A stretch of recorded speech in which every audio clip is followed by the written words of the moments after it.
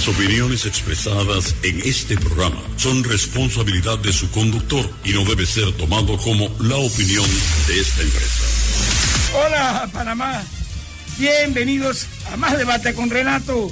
Premio Victoria 2016 y Premio Victoria 2017 al mejor programa de opinión en la radio, concedido por la Facultad de Comunicación de la Universidad Santa María la Antigua. Sí, hoy jueves 29. ¡Wow! Jueves 29 de julio, caramba, de 2021. El tiempo avanza aquí en la exitosa 95.3 FM, 97.9 FM en las provincias centrales, 88.3 FM en Colón, 95.3 FM en Chiriquí, bien, y 95.3 FM en Bocas del Toro. Más debate, tribuna de los valores de la democracia, libertad de expresión, pluralismo y participación, como de costumbre, estos últimos 2 años en compañía de mi coequipier, el politólogo Carlos Fernández. Muy buenos días, Carlos. Buenos días, Renato. Buenos días, como siempre, a todos los oyentes de Más Debate. Un placer una vez más estar aquí con todos ustedes en este jueves. Pueden comunicarse con nosotros y hacer preguntas, comentarios a través de nuestro WhatsApp 6595-4402, 6595-4402, y hoy con unos invitados de primera línea. Vamos a hablar con ellos y cualquier duda, pregunta pueden hacerlo a través de esa vía. En efecto, Carlos, y estamos en barata compañía, para nosotros un honor.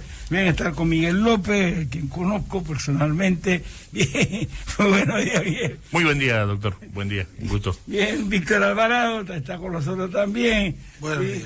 Y Pedro Batista. Mucho gusto, doctor. Todos comisionados de lo que equivale en el ranking militar al grado de coroneles.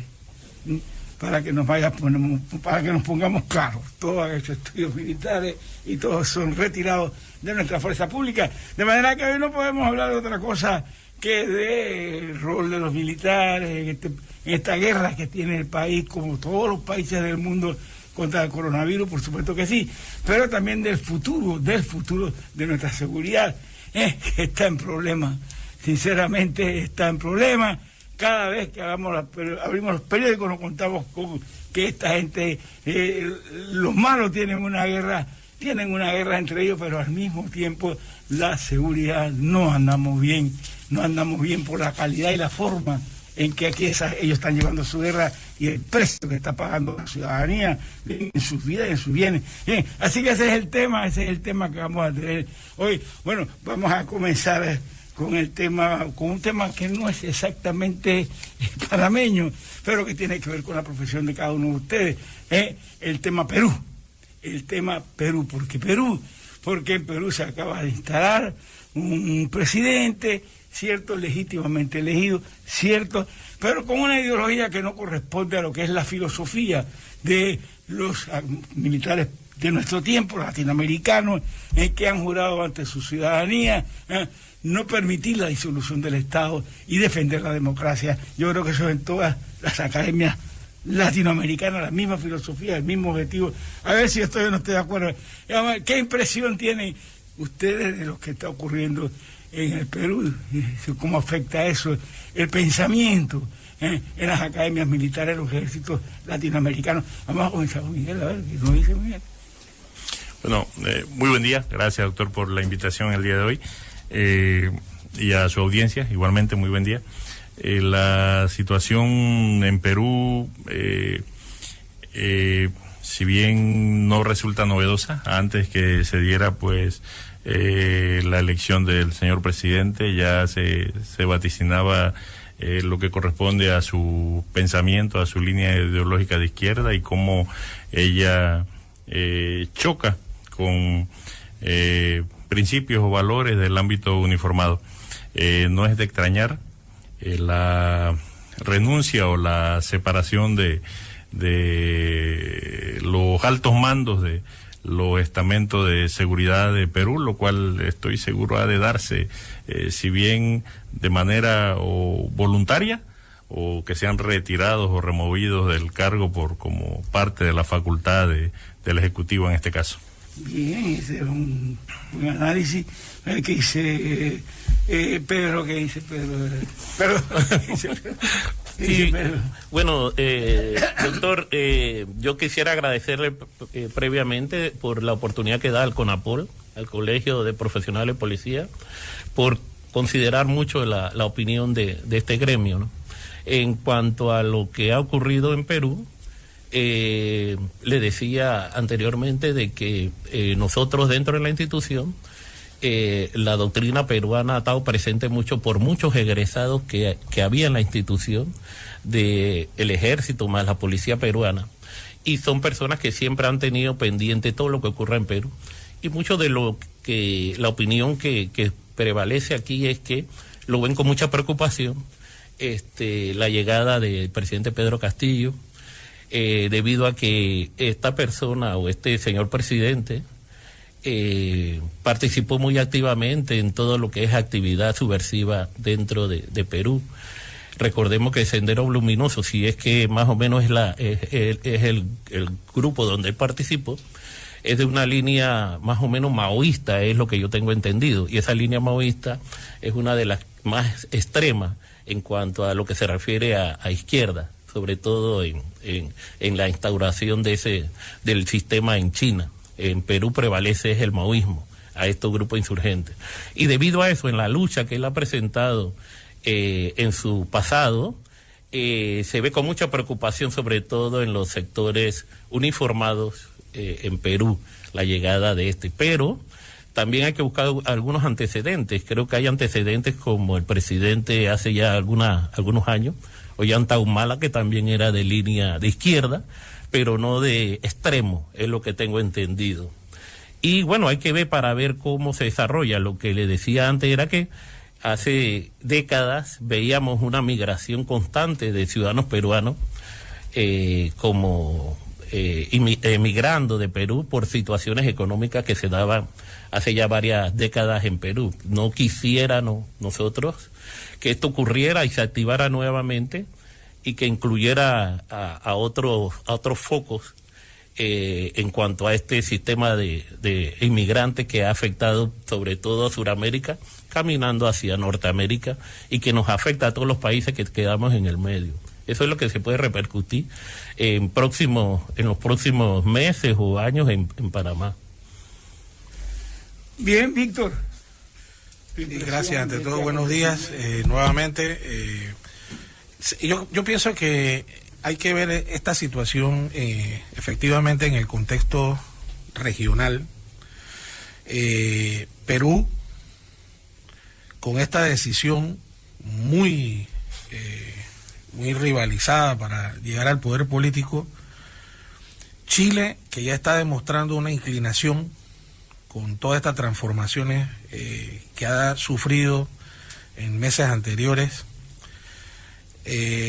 Lo que Bolivia, que prácticamente retornó después del golpe que le dieron al presidente Evo Morales a esa línea, y una Venezuela asfixiada y golpeada, siguen siendo un tema de agenda para los que ostentan la hegemonía en el continente. Y yo creo que en ese sentido no hay que perder de vista también que hay una especie de tradición en el Perú. Perú no se aguanta a los presidentes mucho tiempo, ya sea por temas de corrupción, ya sea por temas de actuación, inclinación ideológica. Hay una costumbre, ¿no?, de siempre remover cuando se dan cierta dinámica política, y habría que ver si en esta ocasión se vuelve a repetir este fenómeno.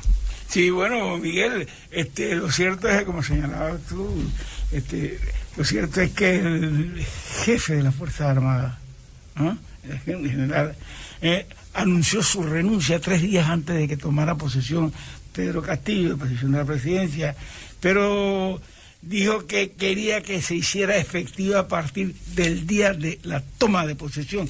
¿Eso tiene un mensaje subliminal o es directo a la clase política o a Pedro Castillo, que se anuncie el día que su retirada del ejército, ¿sí?, el día que él toma posición, a pesar de que él anunció su retiro, ¿no? 3 días antes. ¿Tiene algún significado? Definitivamente un mensaje directo. Es una forma, pues, de mantenerse fiel a sus principios, a sus convicciones. Es innegable la influencia que su decisión implica sobre el resto de compañeros, colegas uniformados en ese país. Es un mensaje directo, no es subliminal, dice que es directo. ¿Qué piensa? En Perú ocurre lo siguiente. En Perú, saliendo de la guerra interna que tuvieron con los movimientos insurgentes, el ejército y la policía sufrió mucho. Hubo mucho dolor, hubo mucha muerte en sus filas, y eso es muy difícil de superarlo de un momento a otro. Entonces Pedro Castillo representa para los uniformados tal vez una derrota política, no militar, una amenaza, pero no podríamos mezclar lo político con lo uniformado. Yo diría pero digo por su origen, ¿no?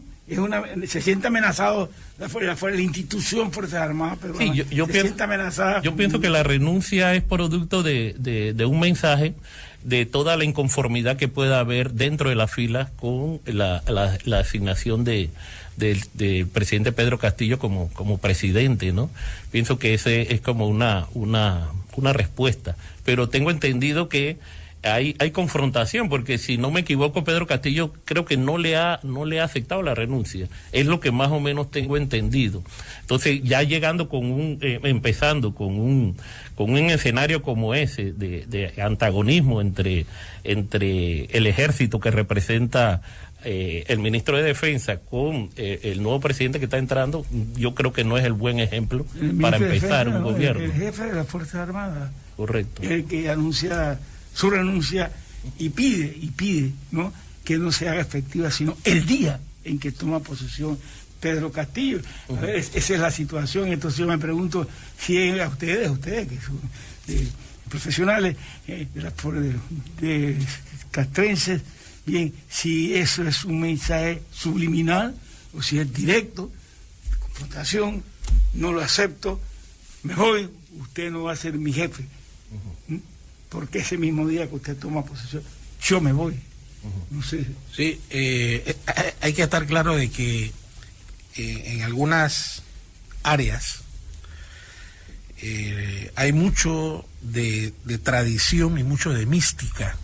En este caso, las ciencias militares están mucho basado en eso, toda una columna vertebral axiológica, ¿no? Mucho tema de valor. Entonces, este mensaje, yo coincido con lo que dice don Miguel, en que sí es un mensaje directo para aquellos que saben interpretar ese lenguaje místico, esa tradición, el decir, bueno, mira, yo estoy al frente de las Fuerzas Armadas hasta aquí, de aquí en adelante no cuente conmigo. Entonces, ese mensaje, por supuesto, una de las cosas que más caracteriza a las Fuerzas Armadas es el ejemplo. Entonces, cuando un hombre que está en el mando, en el poder, dice, bueno, yo salgo de la organización, prácticamente se está diciendo, ya no participo más, está dando un ejemplo. Es un desconocimiento implícito del presidente. Es de lo, quizás de lo que puede representar el presidente. Y desafortunadamente, a mi opinión muy personal, nosotros siempre los seres humanos tenemos este problema del prejuicio, ¿no? Yo creo que la historia nos ilustra sobre muchas figuras que para poder llegar al poder político quizás hicieron barbaridades, pero una vez llegados al poder político representaron para sus países un factor de cambio, en muchos casos de desarrollo.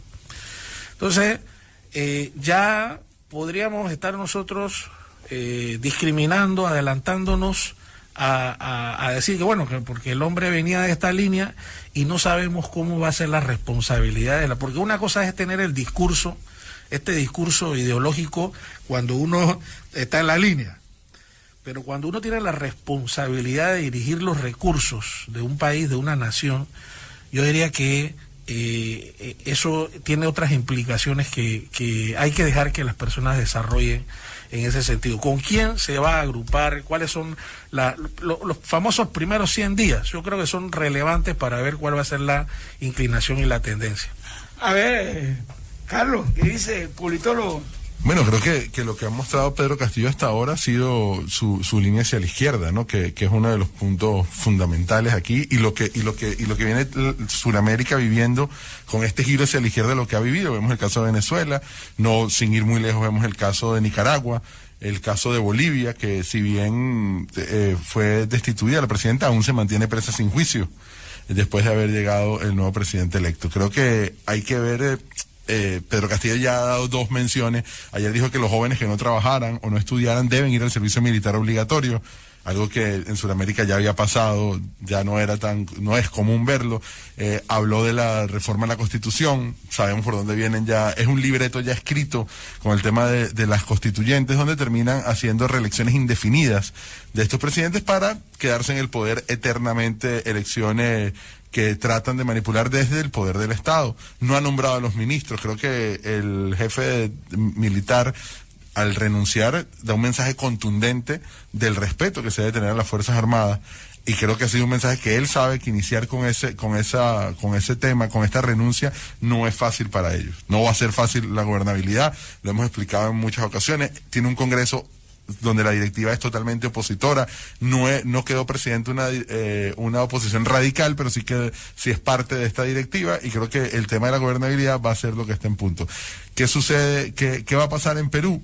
Hay grandes interrogantes sobre cuál puede ser el giro que tome, pero todo indica, por lo menos los primeros pasos indican que que vamos a encontrarnos con otra pieza de izquierda más radical que lo que fue Ollantumala, y que terminó, lamentablemente, como todos sabemos, Ollantumala, que se jactaba de ser un ungido de la izquierda, y terminó en casos con Odebrecht y todo lo que ya, todas las demás informaciones que tenemos. Vamos a ver qué sucede. Yo creo que Panamá ha hecho una gran labor al incluir en países amigos a Perú dentro de sus países amigos, porque considero que es una buena oportunidad para los inversionistas. Mucha gente está saliendo de Perú, mucha inversión está saliendo de Perú, y Panamá puede ser una vitrina para ellos, claro, con algunas medidas que deben ser tomadas. Bien, a ver. Ahora, con la pregunta puntual que usted hace, doctor, hay que también analizar sobre todo el hecho de la renuncia del jefe de las Fuerzas Armadas en el ámbito de uniforme. Cualquier acto que haga un líder de esa magnitud, eso repercute inmediatamente en el resto de la estructura personal y orgánica de la institución. Vamos a ver cómo lo tomarán los mandos medios, los mandos superiores, los oficiales de base, y sobre todo la tropa peruana, cuando ve ese tipo de ejemplo que da el jefe de las Fuerzas Armadas en un acto totalmente de desacuerdo con la instauración de un presidente de esta línea, como es el señor Pedro Castillo. Hay que ver cómo repercute este acto. Es un poco como decirle al jefe del Estado: usted no me manda, a mí no me va a mandar. Sí. Yo llegué hasta donde las Fuerzas Armadas eran lo que son, la institución destinada a mantener el Estado y los valores de la democracia. Usted no representa, usted no me manda, además, yo me voy. Además, eso representa, Renato, un sacrificio personal del funcionario, porque es un funcionario de carrera que está siendo jefe militar, deja a su lado los intereses personales por los intereses del país. Es un mensaje muy fuerte. Yo no creo que por los intereses personales. Bueno, creo que es una cuestión que responde a una formación, claro. Eso, a toda una formación filosófica, profesional, intelectual. Acuérdense que en el Perú funciona el Centro de Altos Estudios Militares, que se transformó después en un centro de altos estudios, un posgrado, donde existen todos los altos mandos de las Fuerzas Armadas peruanas, pero donde se estudia, además de seguridad, se estudia desarrollo y se estudia defensa contra el comunismo, así como lo está oyendo. Este general viene, este jefe del ejército que tomó esa decisión, viene de allí, como todos los altos oficiales del ejército, de las Fuerzas Armadas peruanas, no solo de todos los ramos. Bien, de manera que comienza mal Pedro si ignora el contenido de este mensaje. Hay atención, no puedes desbaratar el Estado, no puedes cambiar los valores de la democracia por los valores que has defendido tú, por el modelo que has defendido tú de liquidar la propiedad privada, de la iniciativa individual como motor del progreso de la economía peruana. Yo me voy. Y quedará en estado de alerta todas las Fuerzas Armadas, en estado de alerta. Vamos esperando qué va a hacer el señor presidente Pedro Castillo con las Fuerzas Armadas. ¿Será esa la situación ahora mismo que hay Fuerzas Armadas, Estado, gobierno, una relación tensa? Comienza con esa renuncia efectiva ayer, comienza una tensión en el Perú que podría terminar, como tú dices, bien, en una migración bien numerosa hacia Panamá, no solo de los gente humilde, no de la clase media en particular, sino también de los empresarios. Perú es el segundo productor de cobre en el mundo. No estamos hablando de cualquier cosa. Sin los metales no hay progreso posible. No hay progreso posible. De manera que cómo se va a manejar en esta disyuntiva el presidente Pedro Castillo, que ahora ha convocado a una nueva constitución, probablemente ahí aparecerán sus planes fundamentales, ¿no? ¿Sí? No puedo decir otra cosa que se agudiza la tensión en Perú, que viene de tener el quinto presidente en lo que es este periodo, con un presidente de izquierda que no niega su filosofía marxista, que no niega que está contra la empresa privada y que ha jurado en su proyecto, ha dicho claramente que va a aumentar, claro, el impuesto a las minas. ¿Para qué? Para costear programas de educación y de salud, para que no haya un solo pobre en el Perú. Y eso también quisieron los soviéticos, quiso el socialismo duro y puro. Y bueno, todos sabemos el resultado. Mantiene un discurso de verdad al calco de lo que podría haber sido el discurso de Chávez en su momento. Ayer en su primera toma de posición, el discurso dice: gobernaré con el pueblo y para el pueblo. Palabras idénticas de lo que decía Chávez en un inicio, igualmente que decía: no vamos a expropiar, ya sabemos el resto del. Bueno, vámonos a un cambio, continuamos ahora, nos mudamos para Panamá. Sí, nos vamos para Panamás. Señores oficiales de retiro, bien, la situación de la seguridad en Panamá, ¿es acaso, tiene alguna responsabilidad el confinamiento? ¿Tiene alguna responsabilidad? Porque lo que se nota, lo que dice la gente, es que no está funcionando la seguridad y que por eso el AMPA puede desarrollar su guerra y acentuar su práctica, su vida delincuencial. ¿Qué hay de eso? A ver, vamos a ver. Yo sí quisiera, antes de desarrollar el tema de la mañana de hoy, con la pregunta es buscarle antecedentes antes de entrar a la problemática actual. Nosotros tenemos que ver que en la pandemia, ya sea la crisis sanitaria y la crisis económica que ya está golpeando, se produce en América Latina, pero más fuerte que en cualquier otra región, ¿ya? Hay que ver que el ambiente prepandémico que había antes en un país como Panamá tenía algunas fuerzas, estas organizaciones delictivas ya venía ocasionando problemas de inseguridad, y en la lucha que hace la Policía Nacional en el ambiente prepandémico, en ese estado. Tras de eso le cae una pandemia, le sobrecarga prácticamente la labor y la responsabilidad que tiene de resguardar a los ciudadanos, y se le comienza a dar otras asignaciones no propias de la lucha contra la delincuencia. Entonces usted, cuando comienza a sumar todo eso, se da cuenta de que la policía y los estamentos de seguridad caen en un ambiente de sobrecarga. No estoy justificando ahora mismo el actuar policial, pero tenemos que analizar todos estos hechos que van recargando la lucha o la responsabilidad que tiene la policía en la lucha contra el crimen. Definitivamente Panamá va a necesitar de instituciones fuertes, y creo que la policía lo es, como cualquier estamento de seguridad que conforma toda la seguridad de Panamá. Pero yo sí quisiera recalcar este análisis que podemos hacer, pero con estos datos iniciales, ¿no? La recarga que sobre la policía tiene la crisis de salubridad y la crisis económica. Bueno, Miguel. Sobre el particular y lo que comentaba mi comisionado Batista, podría indicar que un nuevo contexto genera la selección de nuevas prioridades, y estas nuevas prioridades involucra, pues, no quiero decir que sea descuidar la seguridad ciudadana, pero el principal enfoque durante el contexto de la pandemia ha venido ligado, pues, al aislamiento, al control de la movilidad, y los recursos siguen siendo los mismos, y el priorizar los recursos a la urgencia o emergencia del contexto actual hace de una u otra manera descuidar actividades de índole comunitaria y preventiva que se venían realizando. Bien, comisionado Víctor Alvarado. Sí, gracias.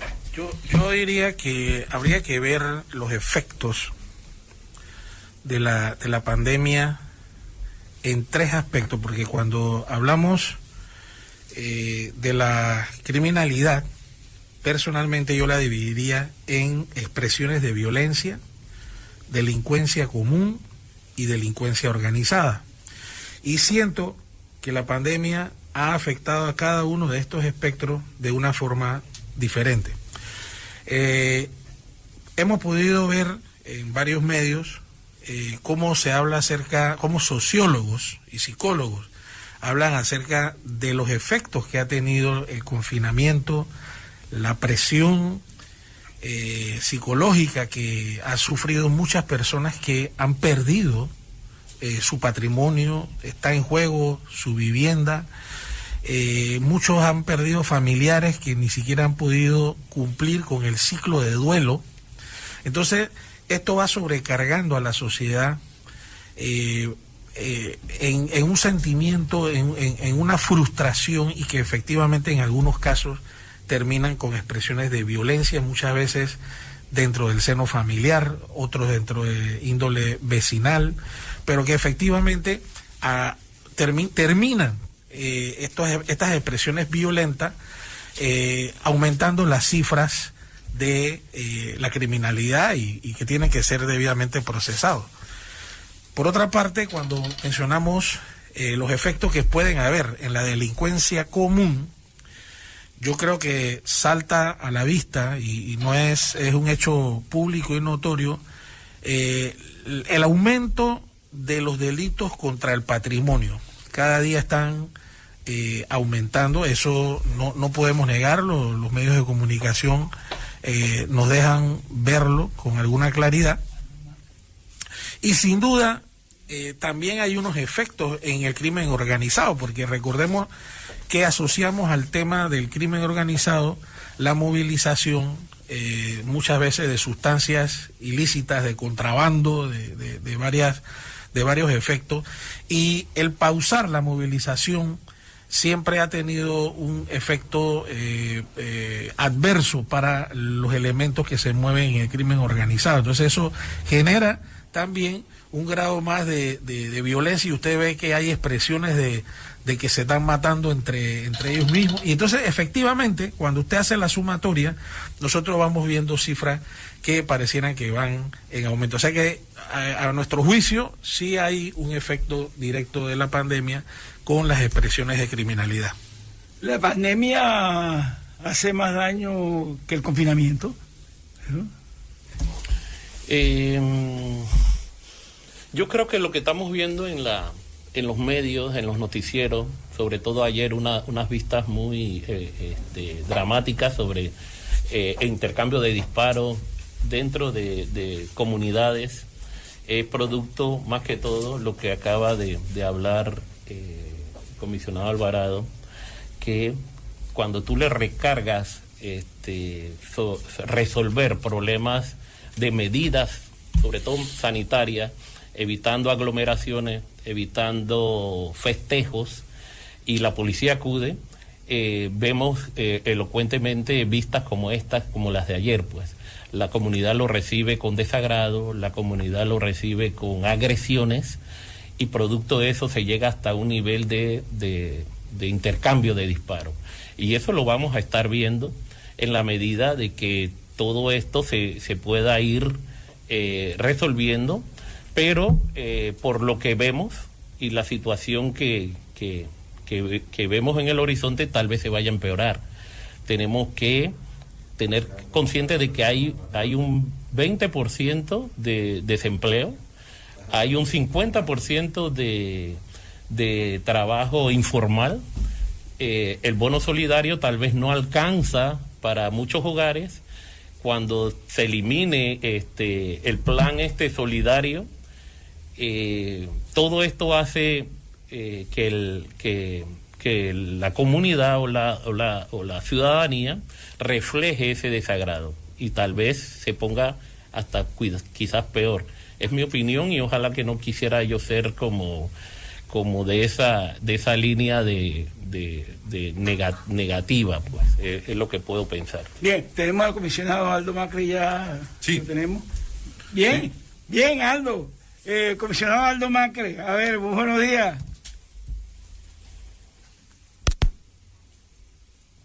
Buenos días, doctor. Bien. Mira, buen día, compañeros, colegas del colegio. Le agradezco. ¿Me escuchan bien? Sí, estamos escuchando, ¿no? Sí, lo escuchamos. Sí, lo escuchamos. La oportunidad, don Renato, verdaderamente le agradezco la oportunidad que nos está dando el colegio para orientar a la ciudadanía en materia de seguridad. Y ahora que ha tocado el tema de verdaderamente lo de la pandemia y cómo esto ha afectado bastante la seguridad ciudadana, quería dar mi aporte y quiero que sepa que la Policía Nacional, una vez que uno se jubila de la misma, no es que deja de, como quien dice, de hacer el trabajo, ¿no? Nosotros, los profesionales de los servicios policiales, usted lo va ahí presente, a los comisionados, siempre estamos tratando de dar nuestro aporte al país. Y en ese orden de ideas, una idea muy buena que tuvo el señor ministro de Salud, que la agrego, es egresado del Tomás Herrera, también Tomasito igual, que varios compañeros que están ahí sentados en la mesa. Estaba claro de que el proceso de la trazabilidad lleva algo de disciplina, lleva algo de proceso de investigación. Y gracias a nuestra afinidad, él me llama, no hace parte de su equipo de trabajo y irónicamente la otra semana de agosto cumplo un año de estar en el Ministerio de Salud colaborando con lo que es la trazabilidad, que en síntesis sería un proceso investigativo, encontrar a las personas que han tenido contacto con una persona positiva. No es fácil llegar y hacer una entrevista a una persona y que voluntariamente te diga con quién estuvo en las últimas 48 horas.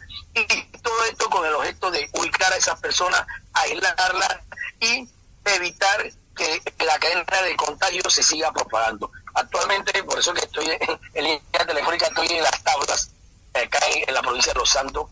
Se sabe que la región de Azuero en los 2 últimos meses, lo que ha sido junio y julio, se ha disparado luego que durante toda la pandemia fue una de las provincias y sectores más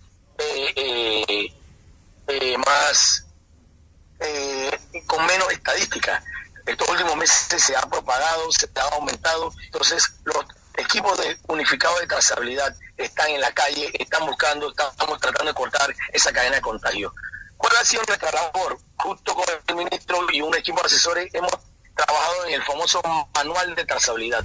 Es como usted conoce mucho de la doctrina militar, don Renato. Usted sabe que no cualquiera puede agarrar un arma y disparar, pero no todo el que agarra un arma dispara y pega en el blanco. Para pegar en el blanco hay que seguir unas técnicas, ya no sé, la técnica del gatillo, la técnica del alza y el guión, la técnica de la respiración. Bueno, lo mismo hemos hecho con la trazabilidad. La trazabilidad la veníamos realizando de una manera, digamos que efectiva, pero no tan pegando en el acerto si no seguíamos una metodología. Y esta metodología se planteó en un manual de trazabilidad, fue revisado.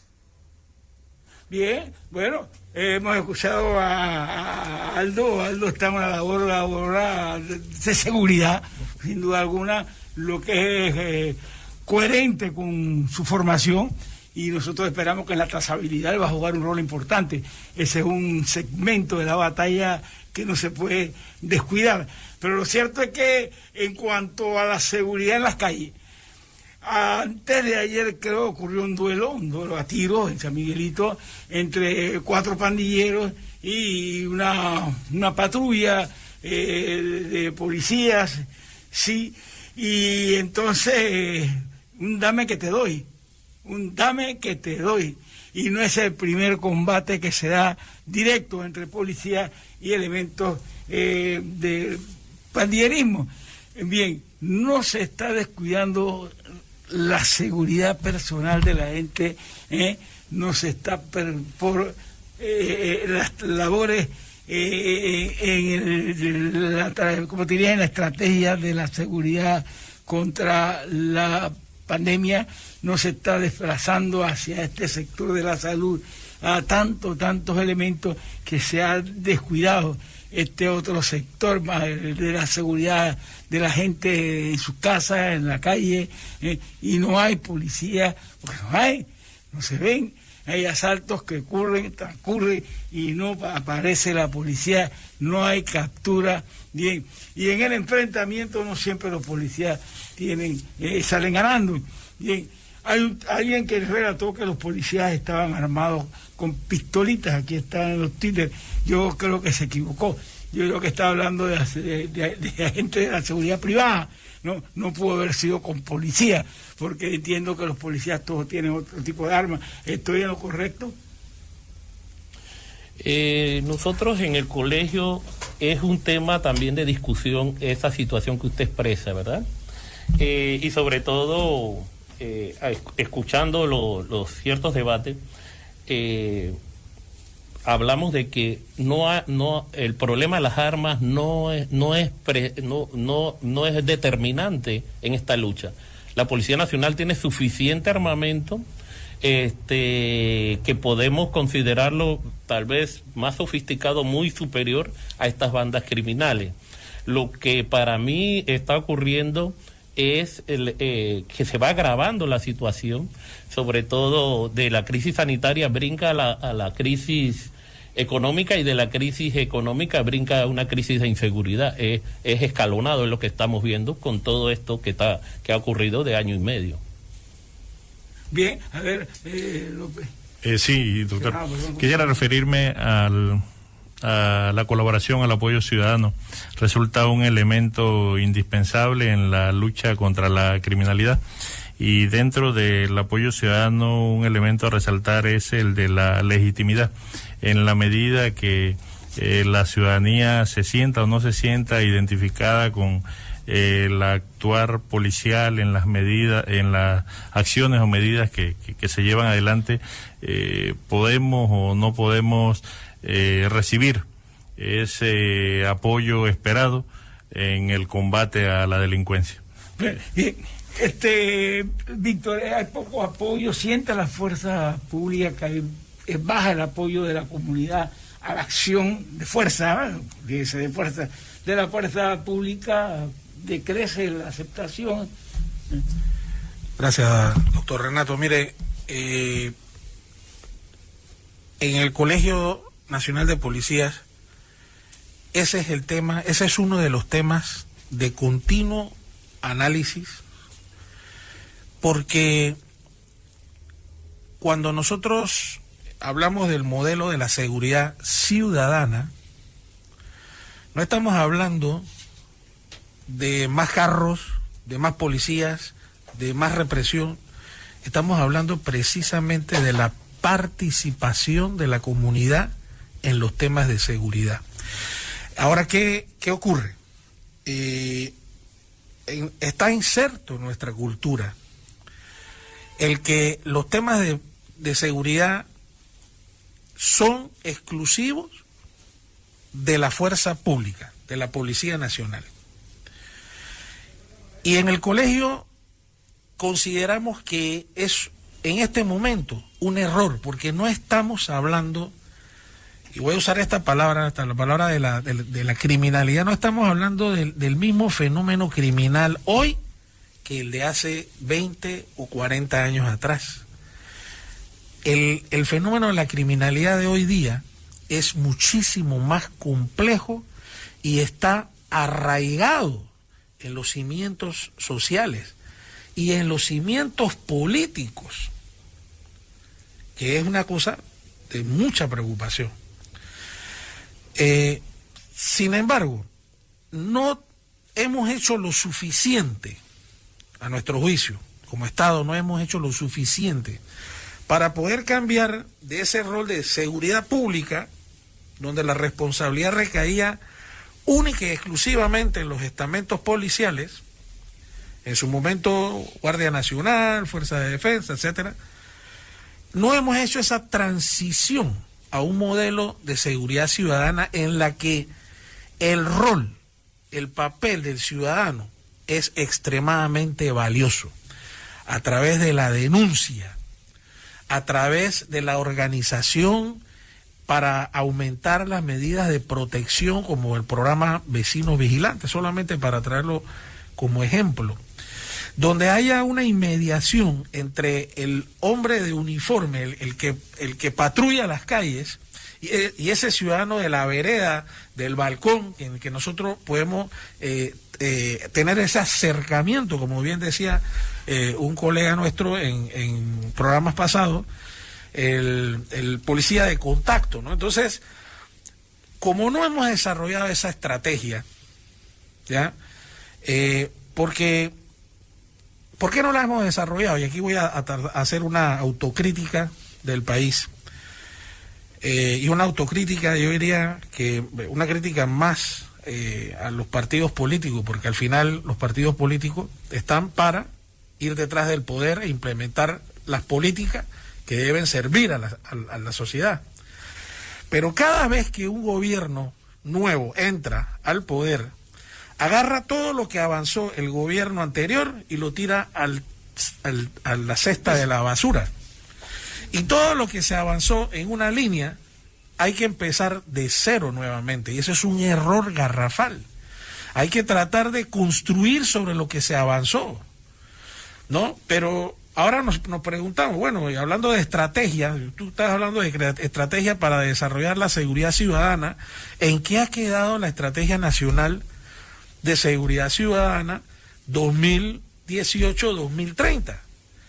Que era justamente una acción, un plan de largo plazo elaborado por panameños, ciertamente orientados por organismos internacionales, pero hecho a la medida y a las necesidades del país.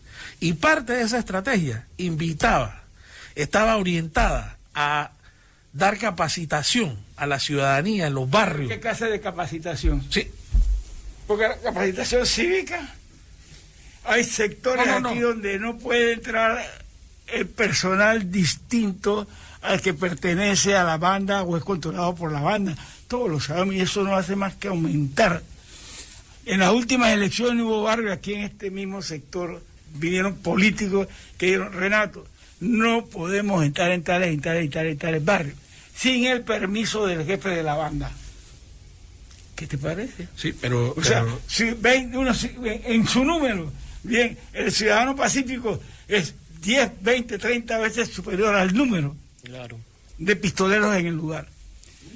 Y estos pistoleros pueden controlar, porque tienen las armas, al resto, y porque aplican su método violento de supresión del adversario, sin ningún miramiento, bien, lo cumplen con rigor, impiden su entrada, si entran, lo matan, lo hieren. Eso es concreto, esa es la vida la que ponen en juego los ciudadanos envueltos en esto de ciudadanos vigilantes, eso es lo que está en juego. Entonces, ¿qué va a hacer la policía?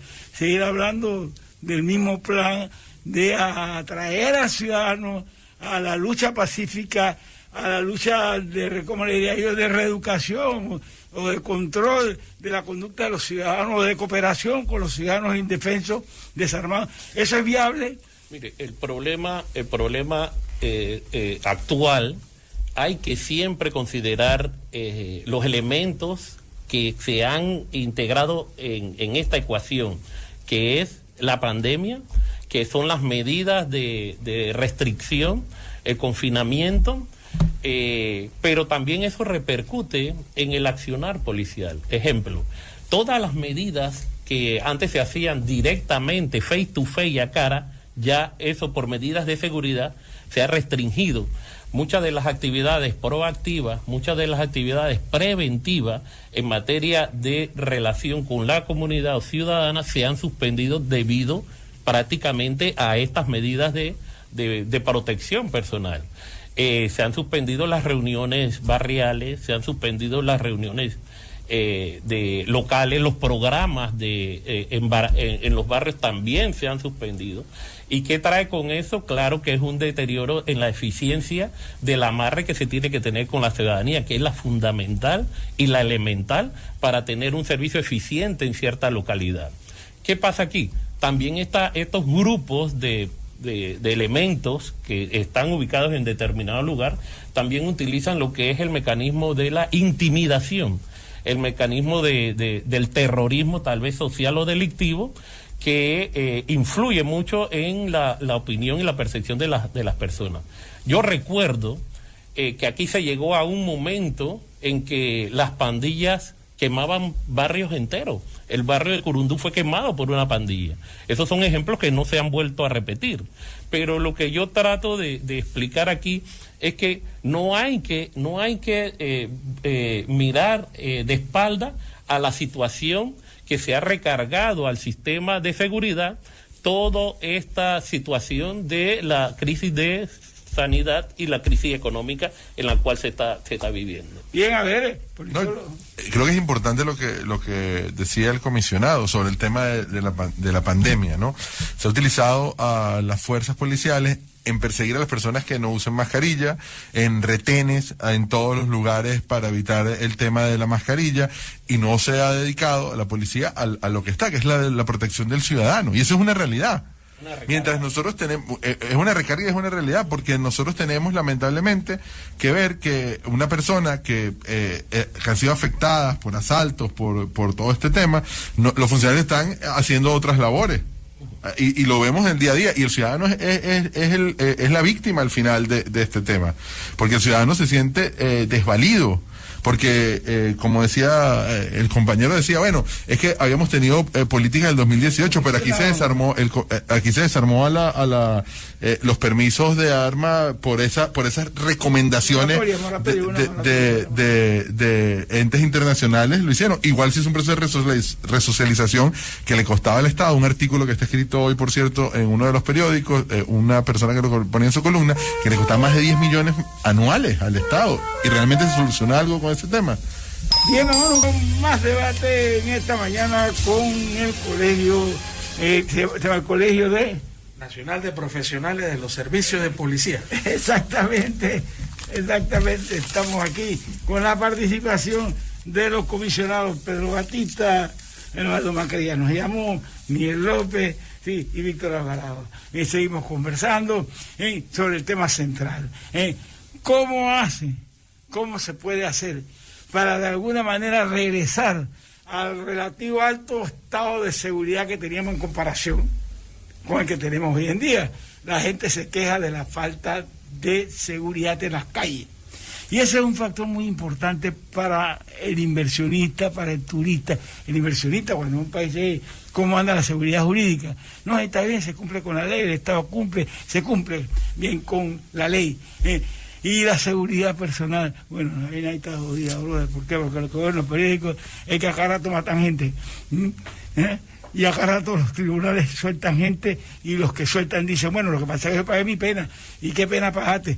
Bueno, pagé una pena baja y entonces conseguí libertad vigilada. Ajá. Y entonces yo voy para ese país. No, yo no voy para ese país. Yo busco un país más seguro porque primero está mi vida, dice el inversionista. Entonces, hay que revisar, a mi juicio, ¿no?, qué es lo que vamos a hacer con la participación, el rol de la policía en este periodo que nos viene, porque vamos a tener muchos más inmigrantes con lo que está pasando en Sudamérica. ¿Cómo vamos a tratar? ¿Qué vamos a hacer con la xenofobia? ¿Cómo la vamos a combatir en los medios? ¿Qué puede hacer la policía por bajar esa xenofobia que permita a ustedes cumplir con su papel? Porque la mayoría de las personas que han venido a Panamá son personas decentes, trabajadores e inversionistas, y nosotros lo necesitamos para la activación económica, para mantener y recuperar empleo. Necesitamos inversión y necesitamos que el sector turístico se vuelva seguro y que a la gente la reciban bien, los que vienen a visitarnos, a invertir, los reciban con la certeza a ellos de que tienen seguridad. ¿Qué podemos hacer? ¿Qué puede hacer la policía? Bueno, Esa es mi pregunta. Yo creo que nosotros estamos como un poquito adelantados a toda esta situación de la pandemia. Podemos estar dando opinión, pero estamos como adelantándonos. Tenemos que ver sobre todo cómo se desarrolla esta pandemia, y la pregunta suya es cómo vamos a salir y entrar a otra etapa. Hay que ver que la Policía Nacional está en la primera línea de riesgo de esta pandemia. Creo que la Policía Nacional en sus afectaciones, hay 27 miembros de la policía que fallecieron precisamente de COVID.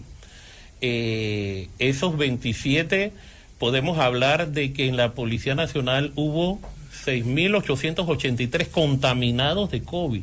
Si esos 6.883 trabajamos sobre el porcentaje, que su efectivo es 18.000 efectivos que tiene la policía, eso arroja un 38% de las unidades que fueron contaminadas por COVID. Aparte de las unidades contaminadas por COVID, póngale que no están los registros de las unidades que tuvieron en cuarentena, que no fueron contaminadas, pero ellos se le asigna un momento dado para que pasen su cuarentena fuera de los cuarteles. Tiene que sacar a ese efectivo de la policía para hacerle frente a la lucha contra la delincuencia. Entonces es una institución golpeada fuertemente por la pandemia, pero hace su esfuerzo, hace su trabajo.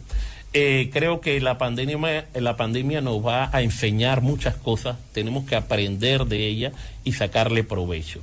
Hay dos puntos importantes que se han planteado en esta mesa.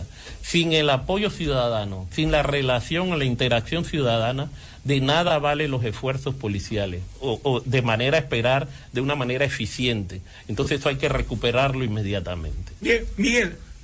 Sí, un paradigma de vieja data en los entes uniformados va sobre la base de la masificación, la presencia policial en diferentes puntos, y creo que algo que ha venido realizando los diferentes estamentos de seguridad va sobre el empleo, la utilización de la tecnología. Hablamos de videocámara, videovigilancia, que hace mucho más efectivo y mucho más barato la vigilancia en sí.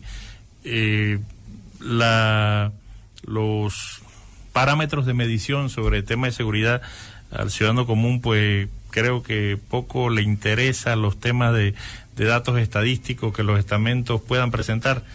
Mi experiencia siempre he visto que pese a que se señale de que en tal año disminuyeron los homicidios con respecto a tal, la sensación pues sigue siendo la misma. Me siento o no me siento seguro.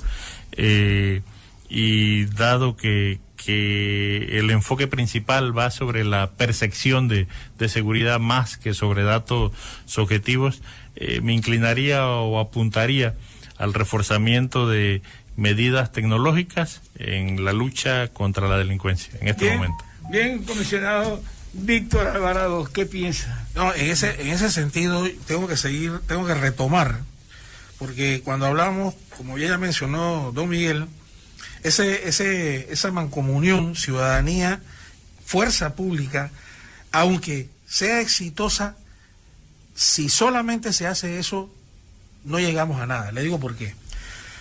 Como bien fue expresado, se comete el delito, se hace la persecución, se pone el elemento ante la justicia, y entonces empieza otra dinámica de la cual la fuerza pública nada que ver. No tiene nada que ver.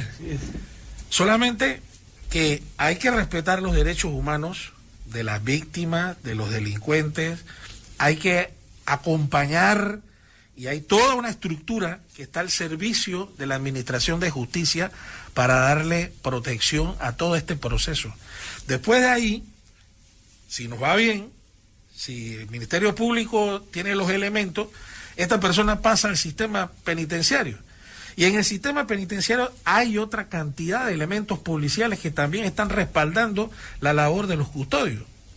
Entonces, finalmente el elemento sale que si pensáramos en que en los centros de cumplimiento se resocializaron y hay una oportunidad de cambio de vida, uno diría, bueno, todo el esfuerzo que se ha hecho el Estado vale la pena. Pero la realidad dicta otra cosa. La realidad nos indica que las personas cuando entran en los centros de cumplimiento vienen las asociaciones, viene la expertise aumenta, los contactos aumentan y terminan formando parte de una organización criminal. Sale a la calle, reincide y tenemos el efecto magnificado.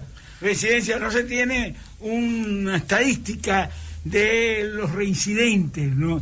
Porque si la tuviéramos sabríamos que el sistema penal no está jugando su papel, porque con esas penas, con esa preocupación sobre todo por la reeducación y la reinserción social, nosotros, el sistema penal panameño, está poniendo en la calle elementos potencialmente reincidentes, bien, que son reincidentes fundamentalmente. Bien, ¿por qué? Porque no le ha quitado, no lo ha podido reeducar adentro del sistema carcelario, porque al contrario, ahí son asumidos por la organización criminal que funciona en los centros carcelarios. Pero además, yo le pregunto a ¿ustedes están conformes con las penas que se establecen con el sistema penal acusatorio, que establece penas tan bajas destinadas a permitir la pronta reinserción social de los que cometen delitos, incluso delitos de homicidio, delitos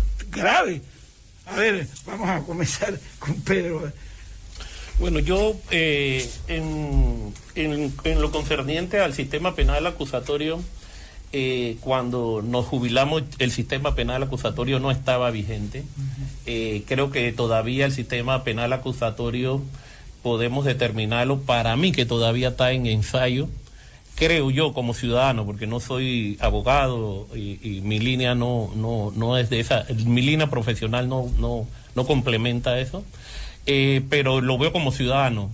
El sistema para mí es positivo por la agilidad que ejerce sobre la sanción y resta mucho lo que venía cargando el sistema sobre la mora judicial, ¿no?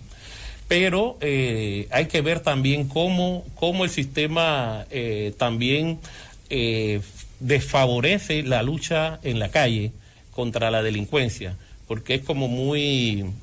la palabra sería, hay como un impasse allí donde se le da mucho derecho al ciudadano y este ciudadano abusa prácticamente del sistema utilizando muchos recursos que le da el sistema. Al delincuente, digamos. Y sí, pues le hablo ciudadano para no decir delincuente. No, son delincuentes y condenados. Correcto. Hablo de los condenados.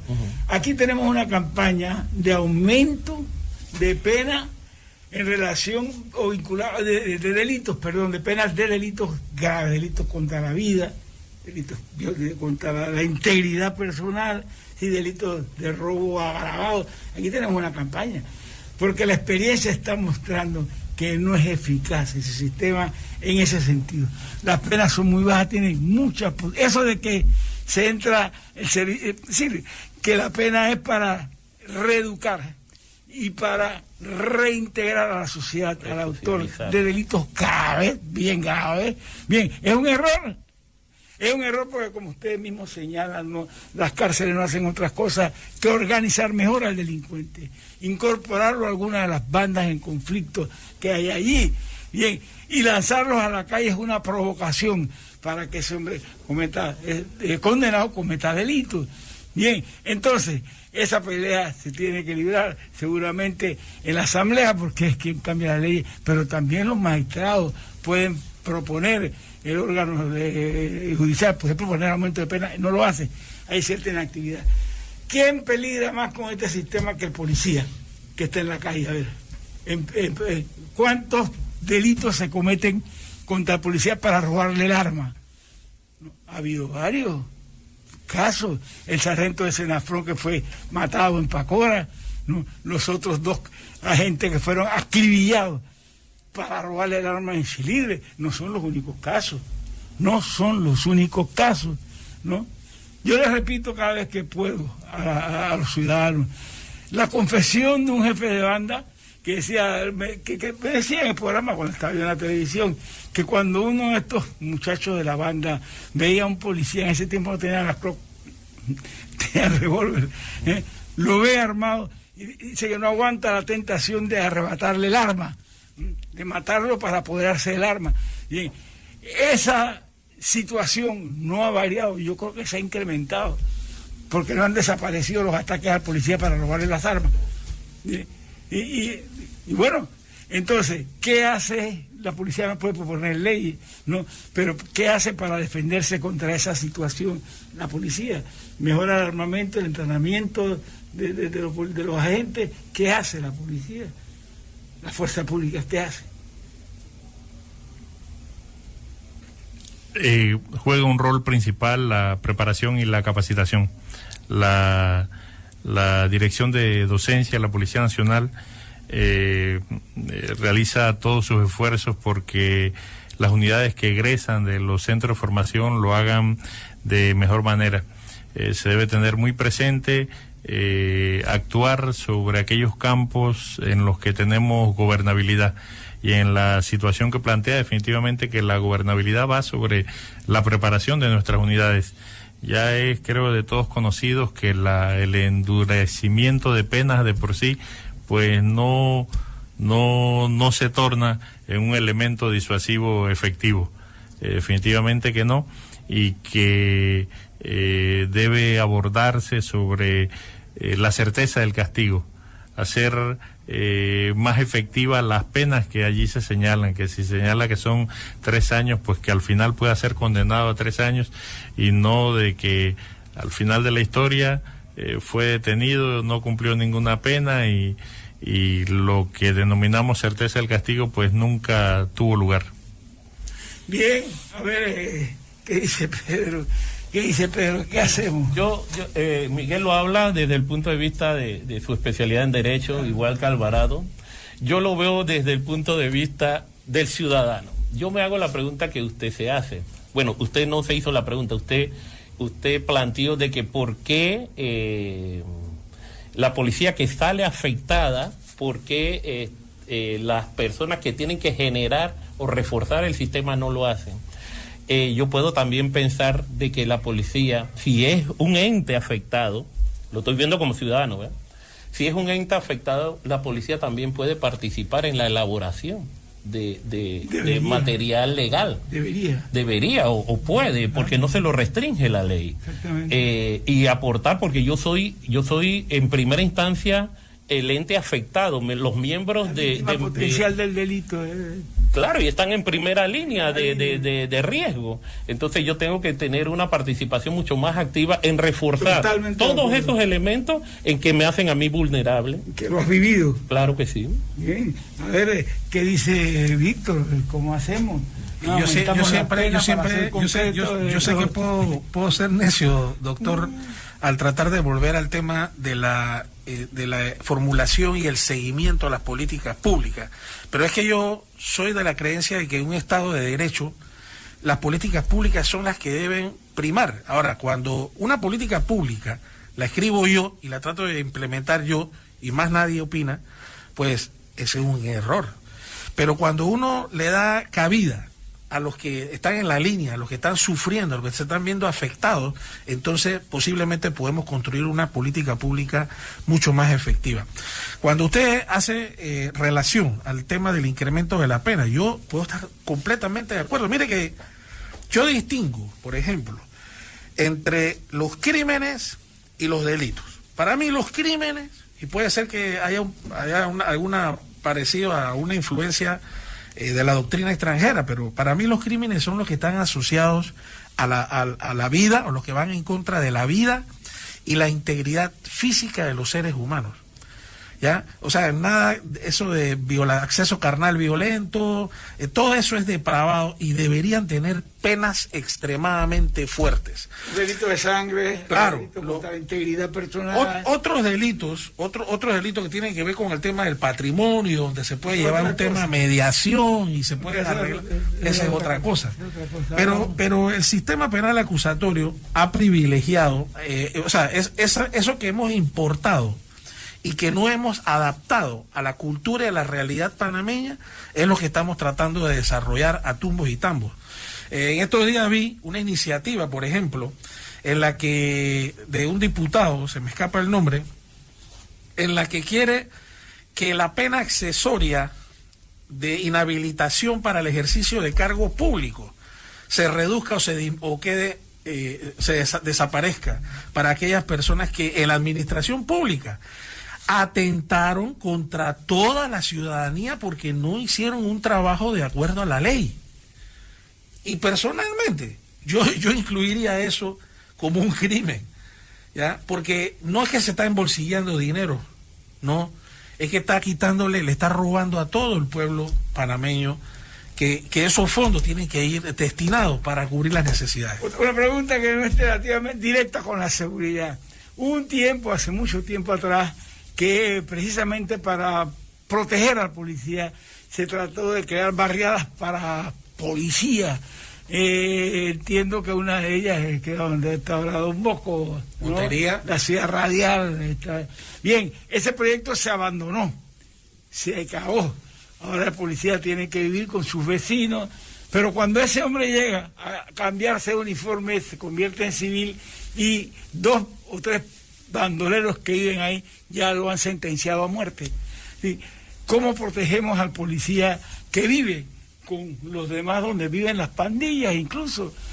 ¿Cómo puede la fuerza pública proteger a cada uno de sus elementos que está en peligro desde el momento que se pone el uniforme?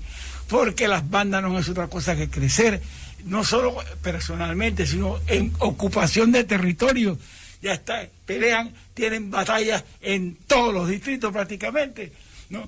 Y no con navajitas Gillette, sino con armas de fuego. En el asalto a la joyería de Caledonia, de Bellavista, perdón, ahí se usó un arma de guerra. Con el arma de guerra asaltaron y rompieron las vitrinas. Bien, ¿cómo hacemos frente a ese aumento en capacidad de fuego de los pistoleros y su determinación de usar esas armas contra la policía? A ver, ¿cómo hace? ¿Qué orden hay que darle a la policía? ¿Qué orden, qué táctica, qué estrategia hay que cambiar? Yo en cuanto a la ley estoy claro, el que mata a un policía tiene que automáticamente la pena máxima, ¿no? ¿Sí? Y así está contemplado en la legislación, pero no se aplica. Bueno, el tema de la joyería fue de mucho debate dentro del colegio. Cada oficial siempre daba su punto de vista y sobre todo muy valioso. Si lo que se esbozó en el video y lo que se esbozó en la discusión habla, primero que todo, se analiza el lugar donde estaba ubicada esta joyería.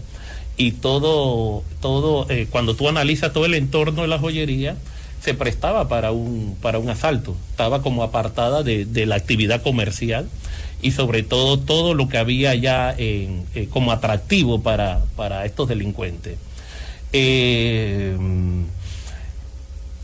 ve armas de grueso calibre, se ve que habían organizado muy bien esto, pero la pregunta es que causó mucha conmoción e impacta físicamente, pero también tenemos que ver que Panamá es una metrópoli de millones de habitantes, y casos como estos se van a dar. No lo estoy justificando, pero se van a dar. Y lo importante aquí es que creo que en declaraciones anteriores a de la Policía Nacional, creo que ya hay personas identificadas que cometieron este ilícito. Y lo más probable es que entre hoy y mañana ya se tenga la captura de estas personas. Pero recaemos siempre en lo mismo. Nosotros no podemos elaborar un servicio eficiente sin la colaboración de la ciudadanía. Pero porque no es que uno ponga al ciudadano por delante en esta lucha, sino que la ciudadanía juega un papel importante en lo que es mejorar el entorno, sobre todo dando información también a la misma institución para elaborar planes de contra la lucha delincuencial en determinados locales de la comunidad. Bien, lo cierto es que hay ciertos sitios más peligrosos que otros. No podría destinarse unidades especiales sin necesidad de pedirle permiso al alcalde ni al dueño de esos sitios, para darle más protección a sabiendas de que son sitios atractivos para asaltos, para robos, para asesinatos. No podría hacer eso de per se la propia institución. Es una policía nacional, ella no depende de una estructura administrativa de alcaldía. O sea, la policía lo puede hacer. La policía lo puede hacer. Claro. Yo me quedo con esta expresión. La policía sí puede hacerlo. Bien, vamos al final de este programa, hemos terminado y hemos estado con usted esta mañana. Pedro Batista, a la orden. Comisionado Pedro Batista, por favor. Miguel López, a su orden. Comisionado Miguel López. Víctor Alvarado, bendiciones. Comisionado Víctor, mi colega además como abogado, por favor. También. Todos colegas. Abogados policías, abogados, no. Porque no somos abogados. Bien, amigos de toda la República, nos verán otra vez esta misma mesa con otros miembros del colegio de oficiales, de retirados. Bien, porque la verdad es que es aleccionador todo lo que ustedes nos cuentan aquí y los que le relatan sus relatos a la comunidad. Bien, amigos de toda la República, gracias, muchas gracias. O como dice mis amigos, porque yo me voy hoy esta noche para París, voy por un mes, voy a ver a mis descendientes que tienen 3 nacionalidades, si son panameños primero que todo, pero también son franceses y otros chilenos y qué sé yo, son como, bueno, son verdaderos ciudadanos del mundo. Ciudadanos del mundo, pero son ante todo panameños, voy a visitarlos. Gracias una vez más, merci beaucoup. Hemos presentado Más Debate en La Exitosa con Renato Pereira.